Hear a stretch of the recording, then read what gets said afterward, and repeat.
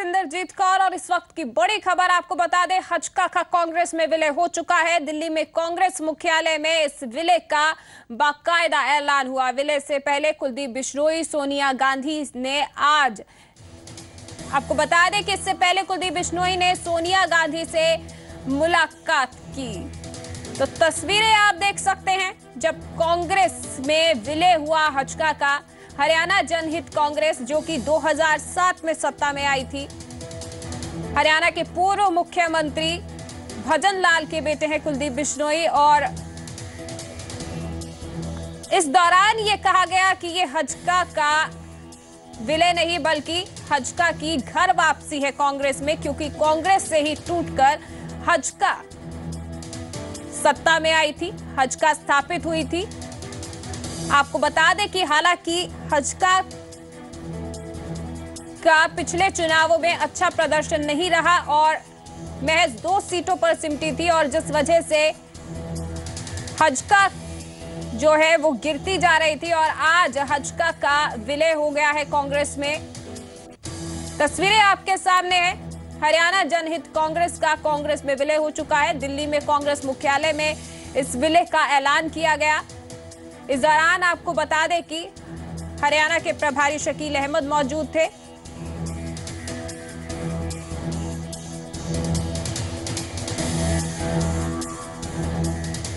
तो दिल्ली में हजका का कांग्रेस में विलय हो गया है। विलय के बाद कुलदीप बिश्नोई ने कहा कि पार्टी से कभी मतभेद नहीं थे, कुछ व्यक्तिगत मतभेद थे जो सुलझ गए हैं।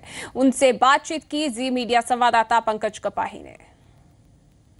कुलदीप बिश्नोई मेरे साथ हैं, इनसे बात करते हैं। सर, एक बार फिर से कांग्रेस में वापसी हो रही है, घर वापसी हो रही है, क्या कहेंगे? बिल्कुल, बहुत खुशी है मुझे और हमारे सारे नेताओं को, और मैं समझता हूँ पूरे हरियाणा प्रदेश के अंदर हर कार्यकर्ता जो हमारे से जुड़ा था या नहीं भी था, उनके अंदर भी बहुत जोश है, बहुत खुशी का माहौल है। मुझे तन मन धन से कांग्रेस पार्टी की मजबूती के लिए काम। पुरानी जो बातें थी वो किस तरह से अब खत्म हुई?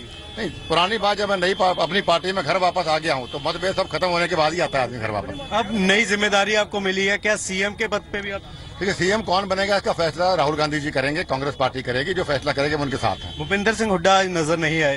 नहीं, वो अभी शकील जी ने बताया कोई व्यक्तिगत अपॉइंटमेंट था उनका, पूर्ण रूप से साथ है। आप बड़ी रैली भी करने जा रहे हैं, रैली का किस तरह से कार्यक्रम? देखिए, 6 अक्टूबर को रैली हम करेंगे। चौधरी भजन लाल जी का जन्मदिन भी उस दिन है, और आदमपुर के अंदर हम एक विशाल रैली करेंगे और राहुल जी मुख्य अतिथि होंगे। तो हजका का कांग्रेस में विलय हो गया है। ज्यादा जानकारी के लिए हमारे साथ जी मीडिया संवाददाता पंकज कपाही मौजूद हैं। पंकज, सबसे पहले तो ये जानना चाहेंगे कि जब विलय हुआ तो इस दौरान कौन कौन से बड़े नेता मौजूद थे और क्या कुछ कहा गया? देखिए, सोनिया गांधी जो कांग्रेस के अध्यक्ष हैं, उनके घर पर ये विलय हुआ है। वहां पर रणदीप सुरजेवाला, हरियाणा कांग्रेस प्रभारी शकील अहमद, आशा कुमारी, अशोक तंवर, किरण चौधरी मौजूद थे। लेकिन हैरानी की बात ये रही कि भूपिंदर सिंह हुड्डा और दीपेंद्र हुड्डा दोनों ही गैर हाजिर रहे, जो चर्चा का विषय बन रहे हैं। क्योंकि अशोक तंवर ने जो जानकारी मिल रही है कि कुलदीप बिश्नोई की घर वापसी कराई है, और कुलदीप वापसी की घर वापसी होने के बाद शकील अहमद ने भी कहा है कि हम उनका स्वागत करते हैं और उससे कांग्रेस को मजबूती मिलेगी। और ये भी कहा गया है कि चौधरी भजन लाल का 6 अक्टूबर को जन्मदिन है, तो उस दिन एक बड़ी रैली हरियाणा में की जाएगी जिसमें मुख्य अतिथि के तौर पर राहुल गांधी शामिल होने वाले हैं। जी पंकज, क्या इस दौरान बताया गया है कि कुलदीप बिश्नोई की अब क्या भूमिका रहने वाली है, क्या जिम्मेदारी सौंपी जाएगी कांग्रेस की ओर से?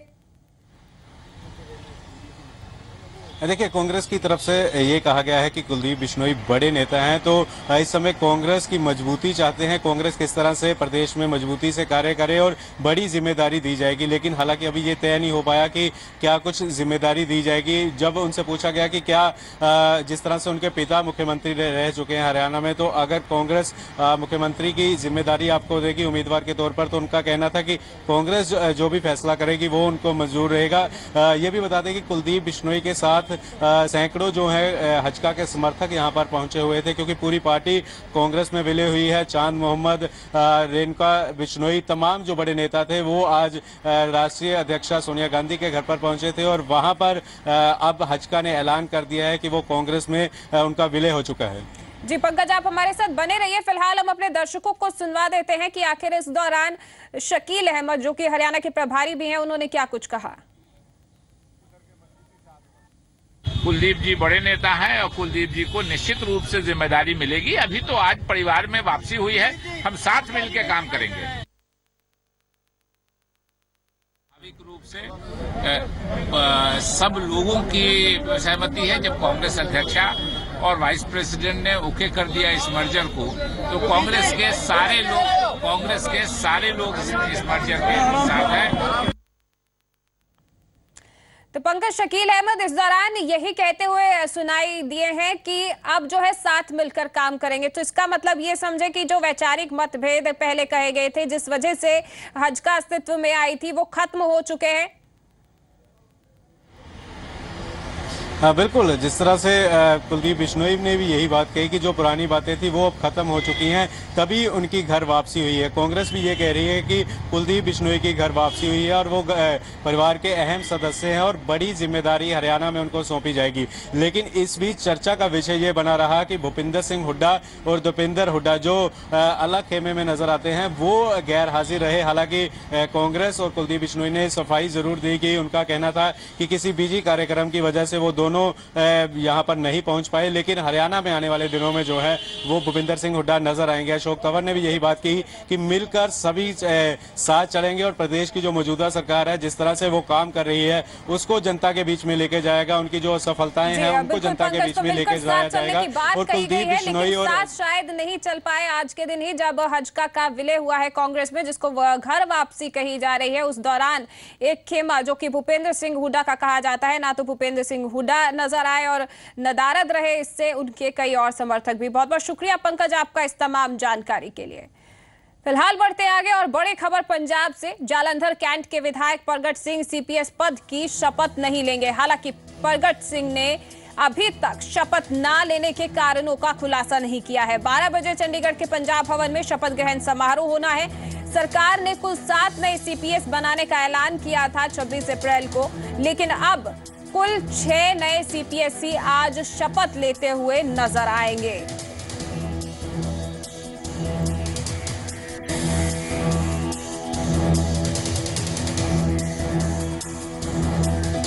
तो चंडीगढ़ के पंजाब भवन में आज शपथ ग्रहण समारोह होना है।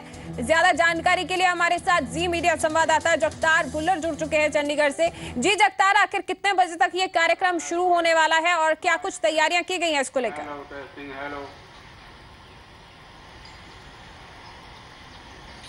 बिल्कुल, बताना चाहूँगा, अगर हम बात करें तो आज 12 बजे शपथ समारोह प्रोग्राम शुरू होगा। और फिलहाल आप देख सकते हैं कि जो तैयारी वो की जा रही है, मुकम्मल तौर पे जो तैयारी को जो कह सकते हैं कि दिया जा रहा है, अंजाम दिया जा रहा है, जहाँ पूरी तरह जो कह सकते हैं कि चेयर लगाई जा रही है, टेबल लगाई जा रही है, सिक्योरिटी अपने वो चेक कर रही है, चाहे चेयर हो, चाहे जो उनको पैरामीटर चाहिए उनके तहत वो अपनी पूरी चेकिंग की जा रही है। माइक अभी देख सकते हैं टेस्ट हो रहा है। और साथ साथ अगर हम बात करें स्टेज पे तो मुख्यमंत्री के साथ राज्य के चीफ सेक्रेटरी बैठेंगे, वो इस समारोह की शुरुआत करेंगे। और बहुत ही कह सकते कम संख्या में लोग बुलाए गए हैं और एक प्रभावशाली प्रोग्राम रखा गया है। तो अगर हम बात करें जो 6 नए एमएलए हैं जिनको आज सीपीएस का ओहदा मिलेगा, उनके परिवार के मेंबर होंगे, पंजाब के कैबिनेट मिनिस्टर होंगे और जो अन्य सीपीएस जो पहले राज्य में सीपीएस के ओहदे पे काम करें वो लोग होंगे और साथ के साथ जो नए सीपीएस उनके जो परिवार का रिश्तेदार होंगे। बिल्कुल, नए सीपीएस मौजूद रहेंगे, लेकिन जगतार एक सीपीएस जो कि शपथ ग्रहण से मना कर रहे हैं, आज वो शपथ नहीं ले रहे हैं, प्रगट सिंह, क्या उनका कोई कारण पता चल पाया है? वो क्यों इनकार कर रहे हैं शपथ ग्रहण करने से?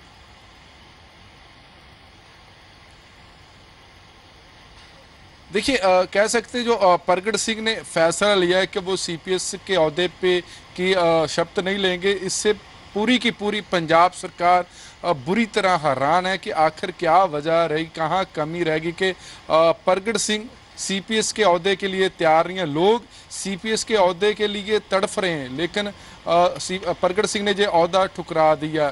तो कारण साफ है, जो अभी तक पता चला है कि वो सरकार से नाराज थे पिछले 1.5 साल के कि उनके हलके में जो विकास कार्य वो नहीं हुए, तो इसलिए वो इस सीपीएस ओहदे को पर नहीं बनना चाहते, ना ही शपथ लेना चाहते। लेकिन साथ के साथ एक और कह सकते कि अफवाह पंजाब की सियासत में फैल चुकी कि जल्दी प्रगट सिंह आम आदमी पार्टी के साथ भी जा सकते हैं। लेकिन जो आज प्रगट सिंह ने गोल किया, फील्ड गोल किया, उससे कह सकते कि लाजमी तौर पे, निश्चित तौर पे पंजाब के मुख्यमंत्री सरदार प्रकाश सिंह बादल हैरान हुए। बिल्कुल, तो पंजाब सरकार पूरी तरह से सकते में है कि आखिर क्या वजह रह गई। प्रगट सिंह जो इनकार कर रहे हैं, सीपीएस का पद कबूल नहीं कर रहे हैं। खैर, प्रगट सिंह का क्या फैसला होगा इसके लिए तो इंतजार करना पड़ेगा। बहुत बहुत शुक्रिया जगतार आपका इस तमाम जानकारी के लिए। तो 7 सीपीएस ऐलान किए गए थे, 5 अकाली दल के और 2 बीजेपी के, लेकिन उनमें से आज 6 ही शपथ ग्रहण करेंगे। आपको तमाम तस्वीरें हम पहुंचाते रहेंगे कार्यक्रम के। फिलहाल बढ़ते हैं आगे। पंजाब के मुख्यमंत्री सरदार प्रकाश सिंह बादल अब फोन के जरिए लोगों से संपर्क साधने की कवायद शुरू करने जा रहे हैं। मुख्यमंत्री फोन पर लोगों से बात करेंगे और फीडबैक लेंगे। मुख्यमंत्री दिन में करीब 1 घंटा लोगों से बात करेंगे। CM on phone. जी हां, यह है पंजाब के मुख्यमंत्री सरदार प्रकाश सिंह बादल की जनता के साथ सीधा संपर्क बनाने की नई पहल। संगत दर्शन के जरिए मुख्यमंत्री केवल उस इलाके की ही मुश्किलें सुन पाते थे, लेकिन अब मुख्यमंत्री सरदार प्रकाश सिंह बादल एक फोन नंबर जारी करने जा रहे हैं, जिसके जरिए मुख्यमंत्री सरदार प्रकाश सिंह बादल के साथ सीधे कोई भी बात कर सकेगा और 1 घंटे तक मुख्यमंत्री सरदार प्रकाश सिंह बादल लोगों के साथ फोन पर बात करेंगे। स्पेशल नंबर लेना है, ਉਹਦੇ ਚ 1 घंटा तो मैं लोगों की गल ਜਿਹੜੀਆਂ ਲੋਕਾਂ ने किसी की गल करनी हो मेरे ਨਾਲ कर सकता। केवल इतना ही नहीं, सरकार की तरफ से लोगों के लिए शुरू की गई स्कीम की जमीनी हकीकत क्या है, इसका ब्यौरा खुद मुख्यमंत्री प्रकाश सिंह बादल लेंगे। मुख्यमंत्री फोन के जरिए उन लोगों के साथ बातचीत करेंगे जो इस स्कीम के अधीन आते हैं। जो वर्करों पेंशन है या किसी ने होर स्कीम च है ਜਾਂ ਜਿਹੜੇ ਕਾਰਡ ਦਿੱਤੇ ਹੈ ਹੈਲਥ ਵਾਲੇ, ਉਹ ਚੁਣਵੇਂ ਲੋਕਾਂ ਨੂੰ ਪੁੱਛੂਗਾ ਵੀ ਆਹ ਗੱਲ ਤੁਹਾਡੇ ਕੋਲ ਪਹੁੰਚ ਗਈ ਕਿ ਨਹੀਂ। ਮਤਲਬ ਇਸ ਤਰ੍ਹਾਂ ਇੱਕ ਉਹਨਾਂ ਤੋਂ ਪੁੱਛਣਾ, ਇੱਕ ਆਪ ਚੈੱਕ ਕਰਨਾ ਹੈ ਸਕੀਮਾਂ। ਜਿਵੇਂ ਇੱਥੇ ਹੁਣ ਲਿਖਿਆ ਪੁਆਇੰਟ ਵੀ ਕਿਸ ਸਟੇਜ ਤੇ ਹੈ, ਸ਼ੁਰੂ ਹੋ ਗਿਆ ਨਹੀਂ ਹੋ ਗਿਆ ਕੀ ਸਰ। संगत दर्शन के बाद मुख्यमंत्री सरदार प्रकाश सिंह बादल की ये नई पहल अच्छी है। स्कीमों के ऐलान के साथ अगर इस पर जमीनी स्तर पर भी नजर रखी गई तो लोगों तक इसका फायदा पहुंच सकता है। जसविंदर बब्बर, जी मीडिया, मुक्तसर। अब बात हिमाचल की करते हैं। मुख्यमंत्री वीरभद्र सिंह की रैलियों का सिलसिला जारी है। इसी कड़ी में मुख्यमंत्री ऊना के कुटलैहड़ विधानसभा और जनसभा को संबोधित किया। यहां उन्होंने करोड़ों की परियोजना का उद्घाटन और शिलान्यास किया। मुख्यमंत्री वीरभद्र सिंह ऊना के कुटलैहड़ विधानसभा पहुंचे तो करोड़ों की परियोजनाओं का उद्घाटन और शिलान्यास किया। इसके बाद जनसभा को संबोधित करते हुए मुख्यमंत्री ने कुटलैहड़ विधानसभा में फिर से कांग्रेस का परचम लहराने के लिए कार्यकर्ताओं को एकजुट होने की सीख दी। उन्होंने कहा कि कुटलैहड़ की सियासत का पोस्टमार्टम करके पार्टी की हार के रोग का इलाज करना होगा। यहाँ की राजनीति का पोस्टमार्टम करने की जरूरत है। यहाँ की जो पार्टी है किस रोग से ग्रस्त है, आखिर टिकट तो एक को मिलेगा, चाहे महिला को मिलेगा चाहे पुरुष को मिलेगा। मैं आपकी बार टिकट के लिए महिलाओं को भी ध्यान में रखूंगा। वहीं पूर्व सीएम प्रेम कुमार धूमल की संपत्तियों की जांच पर सीएम वीरभद्र सिंह ने कहा कि जांच एजेंसियां अपना काम कर रही हैं और जांच जारी है। पता मुझे क्या ये हमारी जांच एजेंसी काम कर रही है, वो किसके संपर्क में ये मुझे मालूम नहीं है, मगर जांच हो रही है। मुख्यमंत्री की आय से अधिक संपत्ति मामलों की जांच केंद्रीय जांच एजेंसियां कर रही हैं। वो इसके लिए केंद्र को जिम्मेदार ठहराते रही हैं, जबकि राज्य में पूर्व सीएम की संपत्तियों की जांच की बात कहकर बीजेपी को घेरने की कोशिश करते रहते हैं। ऊना से राकेश मल्ही, जी मीडिया। एनआईए की टीम ने पठानकोट के सिविल अस्पताल का दौरा किया है। इस दौरान एनआईए के साथ एनएफएसएल के डॉक्टर भी मौजूद रहे। टीम के सदस्यों ने डॉक्टरों के साथ पठानकोट एयरबेस पर मारे गए आतंकियों के शवों की जांच की और कुछ सैंपल भी लिए। दरअसल पठानकोट एयरबेस हमले में मारे गए सभी आतंकियों के शवों को पठानकोट के सिविल अस्पताल में रखा गया है।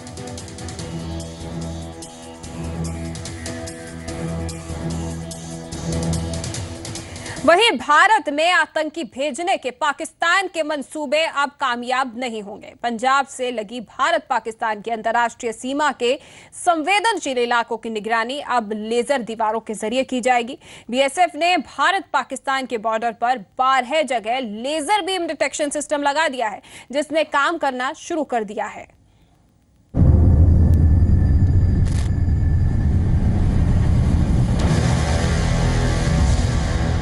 देश के दुश्मनों के बुरे दिन शुरू हो गए।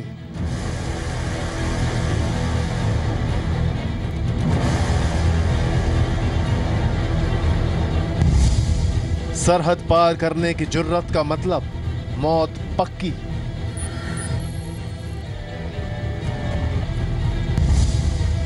अब देश में नहीं घुस पाएगा कोई घुसपैठिया।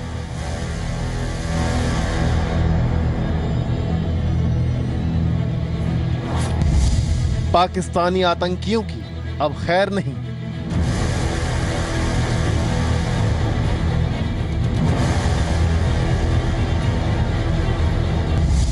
आ गए हैं देश की सीमा के नए रखवाले।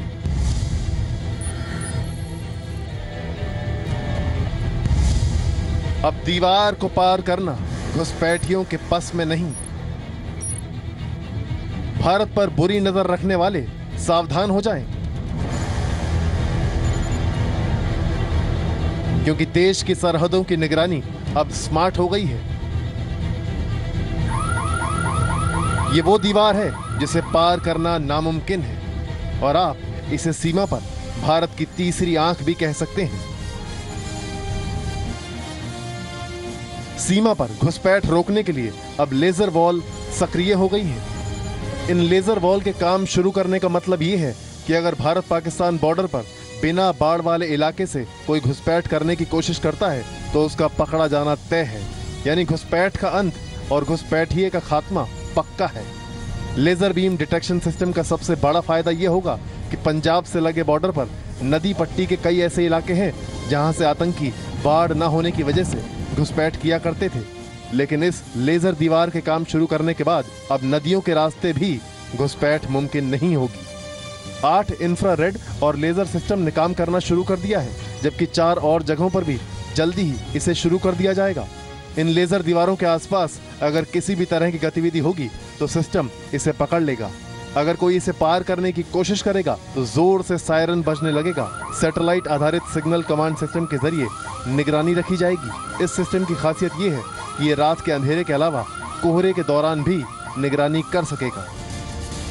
करीब 2 साल पहले बीएसएफ ने पंजाब के नदी पट्टी वाले उस क्षेत्र में लेजर दीवारें लगाने का फैसला किया था जहां कटीले तार लगाना मुमकिन नहीं है।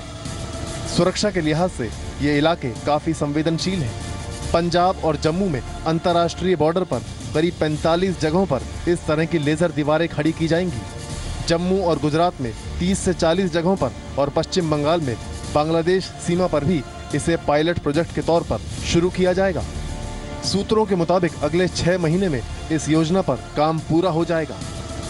पठानकोट हमले को अंजाम देने के लिए आतंकी बमियाल नदी के जरिए जिस इलाके से घुसे थे वहां लेजर दीवार नहीं थी। इसी वजह से जैश ए मोहम्मद के 6 आतंकवादियों की घुसपैठ मुमकिन हो सकी थी। लेकिन अब लेजर दीवार को पार करना मुश्किल ही नहीं, नामुमकिन होगा। तो पाकिस्तान और देश के दुश्मन इन तस्वीरों को बेहद ध्यान से देख लें। अब जो भी भारत में घुसपैठ की कोशिश करेगा वो लेजर दीवारों को पार नहीं कर पाएगा और अंजाम तक पहुंचाया जाएगा। ब्यूरो रिपोर्ट, जी मीडिया। और अब बड़ी खबर ड्रग तस्करी से जुड़ी हुई। भोला ड्रग तस्करी और हवाला राशि मामले में प्रवर्तन निदेशालय के समन पर पंजाब के मुख्य संसदीय सचिव अविनाश चंद्र आज सुबह जालंधर के प्रवर्तन निदेशालय के कार्यालय में पेश हुए। अविनाश चंद्र अकेले ही ईडी के पास पेश हुए। आपको बता दें कि इससे पहले भी अविनाश चंद्र ईडी के सामने पेश हो चुके हैं।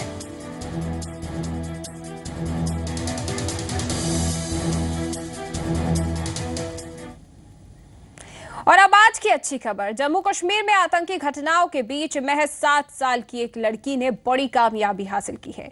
जी मीडिया संवाददाता खालिद हुसैन की ये रिपोर्ट देखिए।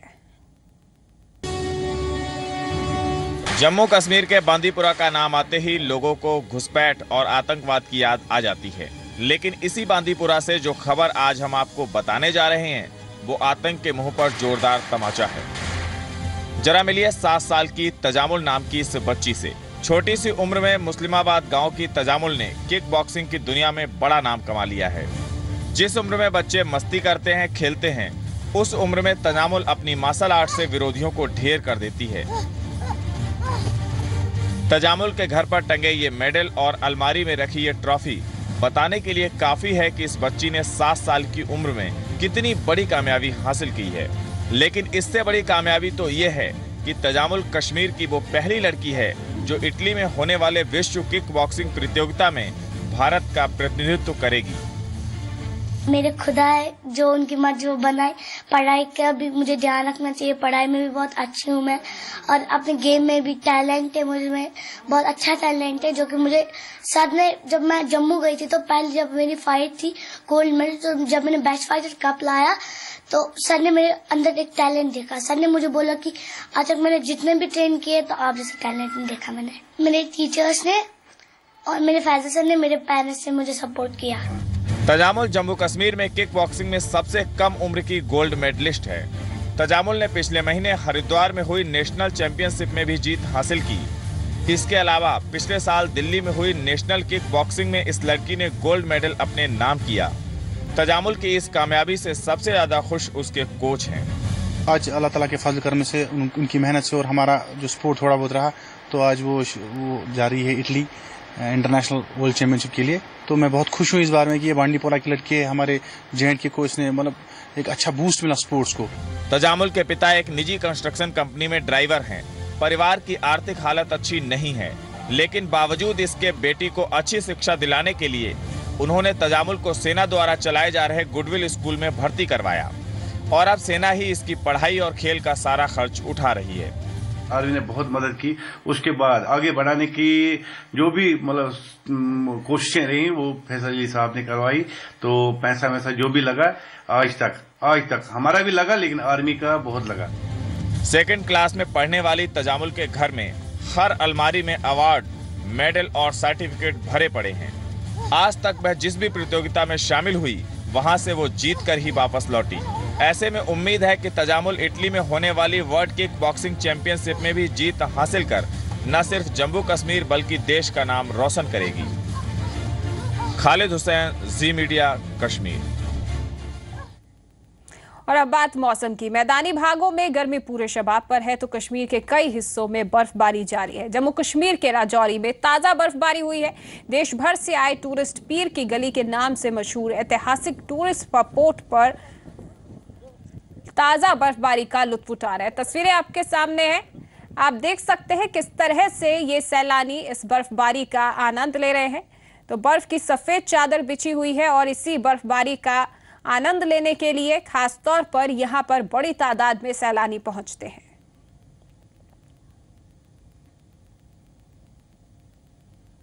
चीज की तो हमें बहुत ज्यादा खुशी है क्योंकि इस टाइम बर्फ देखने को कहीं भी नहीं मिल रही है सिवाय मुगल रोड के। तो टूरिस्ट के लिए ये चीज बहुत अच्छी हो रही है क्योंकि अगर मुगल रोड खुलेगी नहीं तो टूरिस्ट कैसे आएंगे और टूरिस्ट नहीं आएंगे तो बर्फ कैसे देखेंगे। तो आप कितना एंजॉय कर रहे हैं आज यहाँ पे? बहुत ज्यादा, क्योंकि बर्फ है, ठंड है, नॉर्मल वेदर भी है, तो बड़ा मजा आ रहा है यहाँ पे। टाइम बर्फ अच्छी है तो यहाँ काफी तादाद से लोग आने चाहिए और मैं यही चाहता हूँ कि हमारे जितने ज़्यादा लोग होंगे उतनी ज़्यादा डेवलप होगी। और अभी तो नज़ारा देखने के लिए ये ऐसे है कि जैसे स्विट्जरलैंड की तरह। अभी बहुत अच्छा माहौल, बहुत अच्छा मौसम भी है। और इस वक्त की बड़ी खबर आपको बता दें, नवजोत सिंह सिद्धू ने राज्यसभा सांसद की शपथ ले ली है। थोड़ी देर पहले ही राज्यसभा सभापति हामिद अंसारी ने उन्हें सांसद पद की शपथ दिलाई। सिद्धू इससे पहले लोकसभा के सांसद रह चुके हैं। तो तस्वीरें आप देख पा रहे हैं, नवजोत सिंह सिद्धू जो कि अमृतसर से सांसद रह चुके हैं, बीजेपी नेता है और आज राज्यसभा सांसद की शपथ ली।